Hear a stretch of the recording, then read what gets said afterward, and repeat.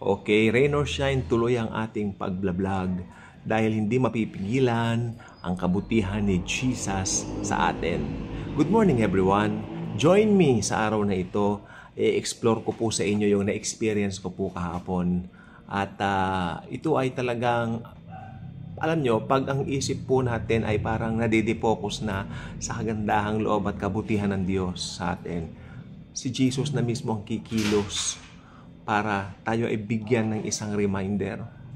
Reminder na kung saan ipapakita niya ang kanyang kabutihan. Ayaw niyang tayo ay magduda sa kabutihan niyang ito. Kaya kahapon po kasi, may transaction po kami na tuloy na po siya. Pero nagkaroon lang po ng delay dahil may mga kailangan pa po kaming ayusin. Especially isang kasamahan namin siya na po lumakad para ayusin po ito. Then tumatawag na po yung ilang mga kasamahan na ilang involved dito sa transaction namin na taga-Amerika.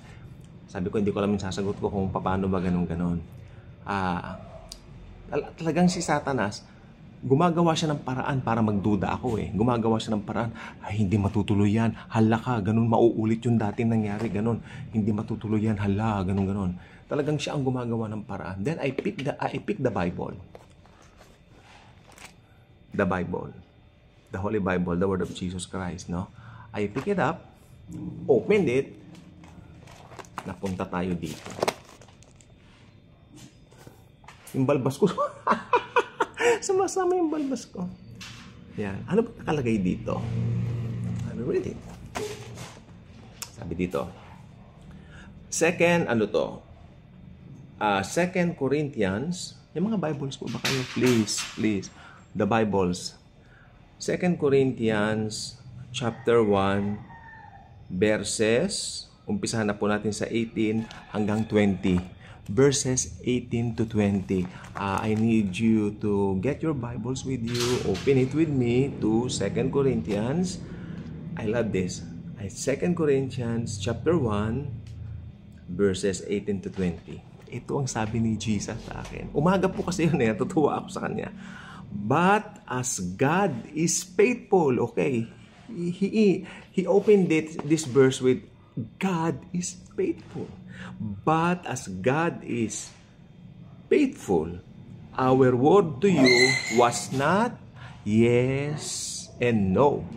O ibig sabihin, ang salita namin sa inyo ay hindi yes tapos no. Magulo yun.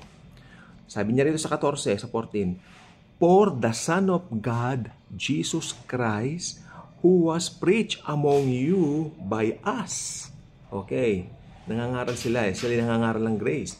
Was preached to you by us, by me, Silvanus, and Timothy, was not, makinig po mabuti, was not yes and no. But in Him was yes. In Him, kay Jesus Christ, it is always a yes. Walang panahon ang no. Always yes. Okay, 20. For in Him, okay, for all the promises of God in Him are yes, and in Him, amen, to the glory of God through us. Pirming yes. Kay Jesus, pirming yes ang usapan. Okay? Sa Panginoong Hesukristo po, lagi pong yes ang usapan natin. Lagi pong yes kung ano yung sinasabi ng Bible. Lagi pong yes sa mga promises. Ngayon pa may nagtatanong naman, bakit may delay? Bakit minsan po nade-delay? Delay doesn't mean no. Sa Panginoon po, hindi ibig sabihin na kung mo na-delay, it's a no. Okay?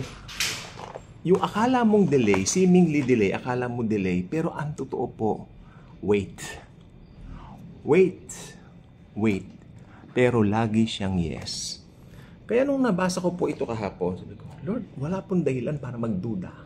Walang dahilan para bumagsak ang moral.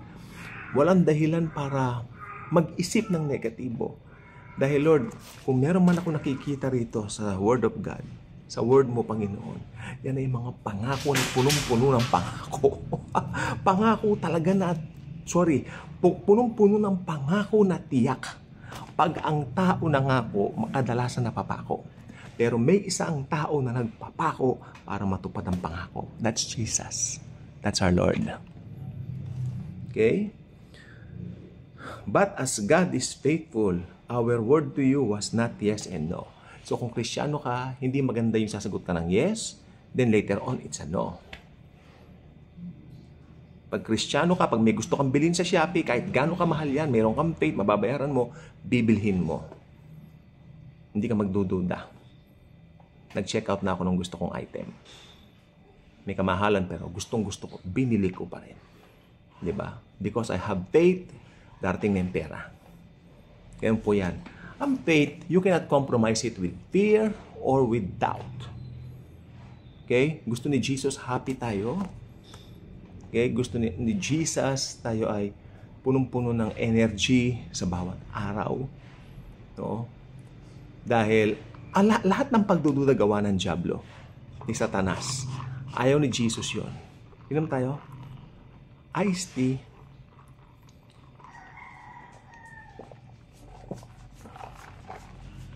Inom tayo. The Lord is so good. He's so faithful.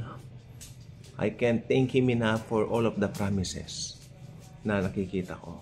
Alam nyo, pag nakikita natin na ganito, yung mga pangako ni Lord, lalong tumitingkad kung sino siya, lalong tumitingkad yung pagmamahal, yung pag-ibig, yung persona ni Jesucristo, lalo nating nakikita, ay, ito, maliwanag.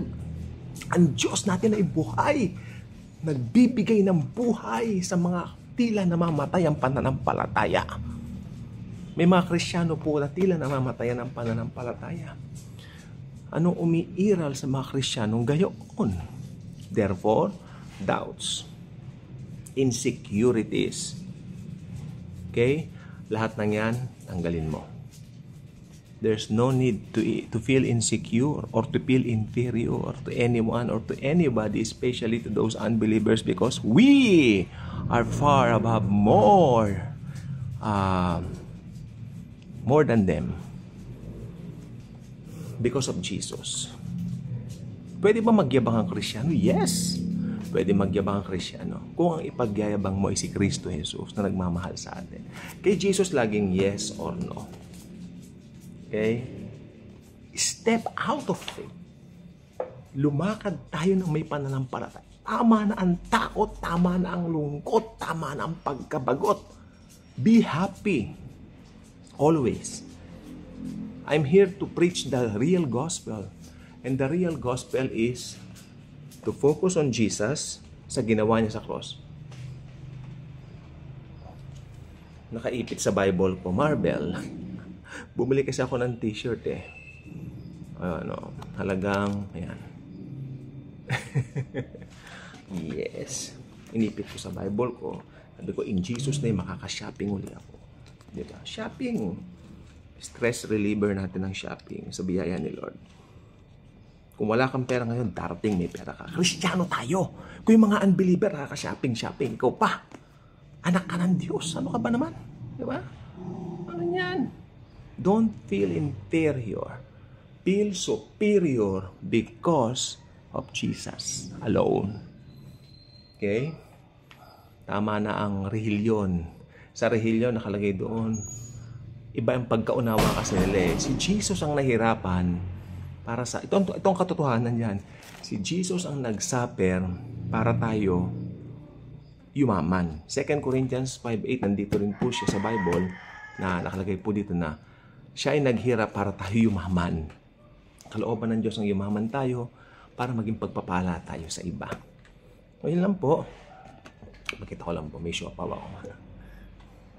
Yeah. So, si Jesus ang may control ng lahat. Always trust Him. Okay? And ito pa po. Alkansya. Yan. Maganda, mapupuno yan in Jesus' name. Yan. Thank you. Thank you, Jesus. Yes. O yan. Siyempre. Yan. Thank you, Jesus. God bless.